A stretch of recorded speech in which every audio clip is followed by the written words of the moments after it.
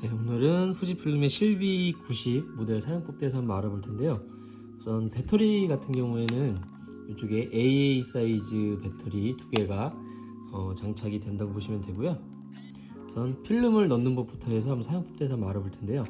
이 레버를 이렇게 위로 당겨주시면은 네, 이렇게 필름실 개봉이 되고요. 네, 여기 튀어나온 부분에다가 필름을 이렇게 꽂아주세요. 그래서 쭉 잡아당겨서 여기에 보시면 여기까지 넣으라고 돼 있잖아요. 필름을 조금 더 길게 빼줘도 상관은 없거든요. 너무 짧게 빼지만 않으면 웬만하면 다 인식이 돼요. 그래서 저는 이 정도 장착을 해볼게요. 그래서 전원은 켜져 있지 않은 상태인데 이 뚜껑을 닫으면 전원을 켜지 않아도 필름을 넣으면 여기 숫자 1이 나오면서 필름이 제대로 장착이 된 걸 알 수 있고요. 만약에 필름을 넣는데 여기 숫자가 1이 안 나온다, 깜빡거리든지 아니면 뭐 다른 게 나온다고 하면은 필름이 제대로 장착이 안 된 거거든요. 보통 너무 길게 빼시거나 너무 짧게 빼시면 인식이 안 되니까 영상처럼 제가 뺀 것 정도 이렇게 빼고 적정 길이 맞춰가지고 다시 장착을 해주시면 인식이 될 거예요. 이렇게 전원을, 요 빨간색 전원인데요, 전원을 켜주시고요. 촬영하는 방법은 전원을 껐다 켜시면 이 상태가 지금 가장 기본적인 오토 모드예요. 어두우면 후레쉬를 켜주고 밝으면 후레쉬를 꺼주는 그냥 자동으로 찍기만 하면 되는 오토 모드인데, 촬영하는 방법은 셔터를 요거 살짝만 눌러보세요. 요게 초점불이거든요.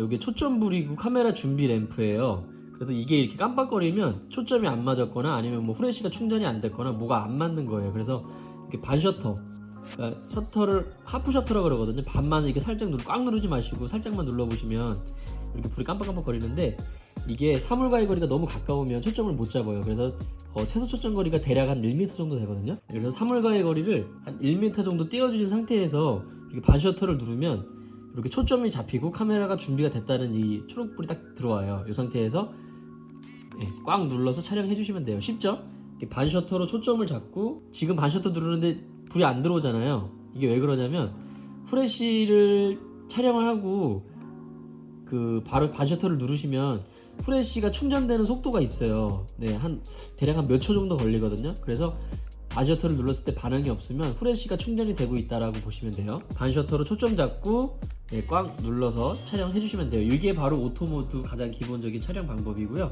너무 쉽죠? 반 셔터로 초점 잡고 꽉 눌러서 촬영. 최소 초점 거리만 잘 지켜주시면 되고요. 그리고 이쪽에 보시면 복잡하게 있는데 어려울 게 없어요. 이쪽에 이 버튼은 여기 셀프 타임 버튼이에요. 한번 눌러보면 여기 시계 모양으로 액정이 불이 들어오잖아요. 이 상태에서 아까처럼 반 셔터로 초점 잡고 꽉 눌러서 촬영해 주시면 여기에 불이 들어오죠. 대략 한 8초에서 10초 정도 있다가 촬영이 임박해지면 불이 이렇게 빨리 깜빡거려요. 이 상태에서 촬영이 된다 보시면 되고요. 그리고 이 셀프 타이머도 총 4가지의 셀프 타이머를 지원하는데, 이렇게 한 번 누르면 셀프 타이머에 불이 들어오면서 1이 나오잖아요. 요거는 한 번만 촬영이 되는 거예요. 셀프 타이머 버튼 누르면 한 번만 딱 촬영되는 거고요. 다시 눌러볼게요. 2가 나오잖아요. 셀프 타이머 버튼 모드에서 한 번 촬영이 되고 2번 촬영이 돼요. 제가 한번 촬영해 볼게요. 지금 숫자 2가지 숫자가 셀프 타이머 2번 모드로 돼 있잖아요. 이 상태에서 촬영을 해보면 일단 한 장 찍히겠죠. 한 장 찍혔는데 조금 기다리시면 후레쉬가 충전되는 속도가 있기 때문에 깜빡이게 충전되고 있다는 소리거든요. 충전이 완료되면 바로 또 다음 장, 이렇게 2장이 연속으로 이렇게 찍혀요. 그래서 기다리시면, 왜 셀프 타이머 한 장 찍고 또 이상하게 나올 수도 있으니까 2장으로 연속으로 찍을 수도 있잖아요. 그럴 때 써주시면 되고, 마찬가지로 셀프 타이머 2번 모드, 3장 모드, 4장 이렇게 해서 총 3가지의 셀프 타이머를 지원하네요. 아까 4가지라고 말씀드렸는데 3가지예요. 한 장짜리, 2장짜리, 총 3장짜리 이렇게 셀프 타이머가 3가지 모드를 지원한다고 보시면 됩니다. 요거 필름 카운터랑 셀프 타이머 장소는 헷갈리지 않게 그렇게 보시면 돼요. 여기 시계 모양이 있으면 셀프 타이머 모드라고 보시면 되고요. 그 다음에 이쪽에 사람 눈 표시랑 번개 표시가 되어 있잖아요. 이거 눌러볼게요. 요거는 후레쉬 제어 버튼인데, 이렇게 후레쉬 번개 표시가 아무것도 없으면 전원을 껐다 켰을 때가 오토 모드거든요. 어두우면 후레쉬를 켜주고 밝으면 후레쉬를 꺼주는 오토 모드인데, 한번 눌러볼게요. 여기 사람 눈 모양이 나왔어요. 이게 뭐냐면 밤에 사람을 딱 정면에서 찍으면 사람 눈이 빨갛게 나오는 현상이 있어요. 그거를 정목 현상이라고 하는데 그 정목 현상을 방지해주는 기술이에요. 메인 후레쉬가 뻥 터지기 전에 미세하게 예비 후레쉬를 발광을 한 다음에 사람 눈을 거기에 적응시켜가지고 그 정목 현상을 방지해주는 기능입니다. 그리고 이 번개 표시는 후레쉬 강제 발광, 후레쉬가 어둡거나 밝거나 상관없이 무조건 후레쉬를 켜겠다라는 뜻입니다. 그리고 요거는 반대로 무조건 후레쉬를 끄겠다. 그리고 이쪽에 보시면 산 모양이 나왔잖아요. 여기 뭐냐면은 초점을 무한대로 맞춰준다는 얘기인데 예를 들어 가지고 제가 카페 안에 있어요. 근데 친구가 카페 바깥에 있는데 친구한테 초점을 잡고 싶은데 반 셔터를 누르면 이게 뭐 창문에 가서 초점이 맞는다든가 그렇게 될 수가 있잖아요. 근데 이렇게 수동으로 렌즈를 돌리는 그런 수동 카메라들은 내가 원하는 데다 초점을 맞출 수 있는데 이런 자동 카메라들은 그런 게 없잖아요. 그렇기 때문에 그럴 때 이 무한대 초점 모드를 맞춰주시면은 창문 너머에 친구한테 가서 초점이 더 맞는다고 보시면 되겠어요. 물론 아주 뭐 멀리 있는 풍경 사진을 찍는다 할 때 반셔터 없이 촬영할 때도 쓰기도 하지만 그거보다는 그런 수동 초점이 안 되는 거를 좀 보완해주는 기능이라고 보시면 됩니다. 네, 그리고 요거는 이제 야간 인물 촬영 모드라고 보시면 되겠어요. 근데 많이 쓰지는 않는 기능인데 야간 인물 촬영 모드예요, 이거는. 네, 그래서 후레쉬의 요 후레쉬 버튼의 사용법에 대해서도 한번 알아봤고요. 보통 때는 이렇게 아무것도 없는 오토 모드로 사용을 해주시면 되겠죠.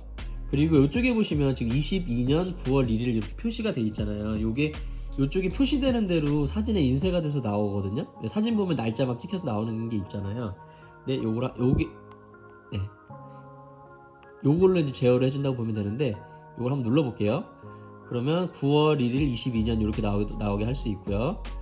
그리고 1일 9월 22년 이렇게도 나오게 할 수 있고요.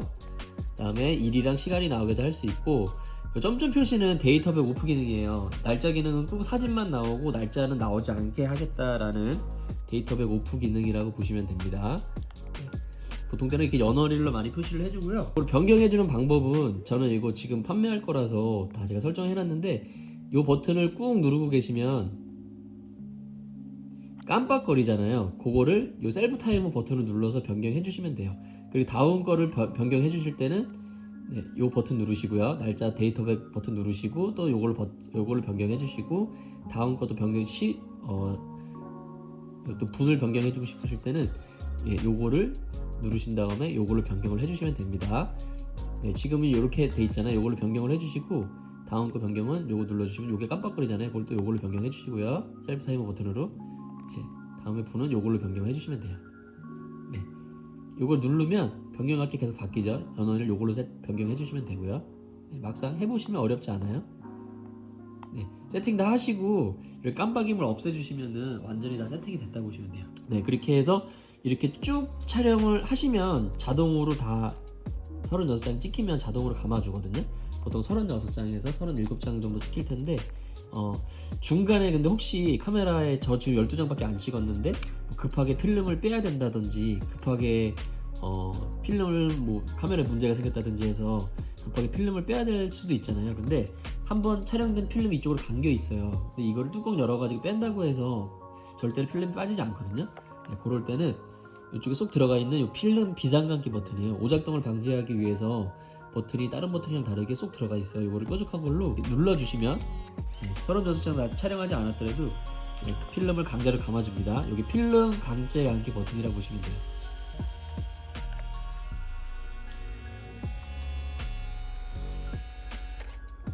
그래서 촬영이 다 끝났으면 감긴 필름은 현 상태에 맡겨주시면 되겠고요. 요 후지 실비 시리즈들은 그 가격대에 비해서 저는 굉장히 좋아하는 모델들이거든요. 결과물도 좋고 좋아하는 모델들이니까 한번 촬영해 보시고요. 제가 이 렌즈에 대해서 설명을 안 드렸어요. 잘 모르시는 분들은 막 이렇게 이걸 막 망원으로도 이렇게 막 찍기도 하시잖아요. 망원을 찍으셔도 상관은 없는데 이 줌 렌즈들은 대부분이 정말 뭐 몇백만 원짜리 고가의 카메라가 아닌 이상은 이 지금 38mm에서 90mm로 되어 있잖아요. 저희 인간들이 눈으로 보는 화각이 50mm예요. 그래서 50mm보다 작으면 광각 렌즈, 크면은 망원 렌즈로 분류가 되는데 광각부터 준망원까지 지원을 한다고 보시면 되는데 이게 지금 요게 90mm, 그다음에 가장 당겼을 때가 전원을 켰을 때 요게 38mm잖아요. 요 상태일 때가 이 렌즈의 스펙이 가장 좋아요. 네, 그렇기 때문에 웬만하면 요 광각으로 이렇게 촬영을 해주시고, 좀 망원을 쓰고 싶다 하실 때는 망원으로 땡기시기보다는 가까이 가서 촬영하시는 걸 권해드리고요. 그리고 이게 망원으로 만약에 촬영하게 되면 이 본체에서는 조금만 흔들려도 이 끝부분에서는 몇 배로 더 흔들리거든요. 살짝만, 본체는 살짝만 흔들려도 이 끝은 굉장히 많이 흔들리기 때문에 흔들린 사진이 많이 나올 수가 있어요. 그렇기 때문에 웬만하면, 저는 이런 줌 카메라들은 망원을 웬만하면 쓰지 않거든요. 그렇기 때문에 웬만하면 광각으로 촬영을 해주시길 권해드리고, 아마 광각이 더 편하실 거예요. 저희 눈으로 보는 것보다 더 넓게 담아주기 때문에 답답하지 않고 좀 굉장히 시원한 화각을 보여주죠. 네, 이렇게 해서 한번 렌즈까지 설명드렸고, 한번 사용해 보시고요. 궁금하신 점은 댓글 남겨주시면 확인하는 대로 댓글 달아드리도록 할게요. 감사합니다.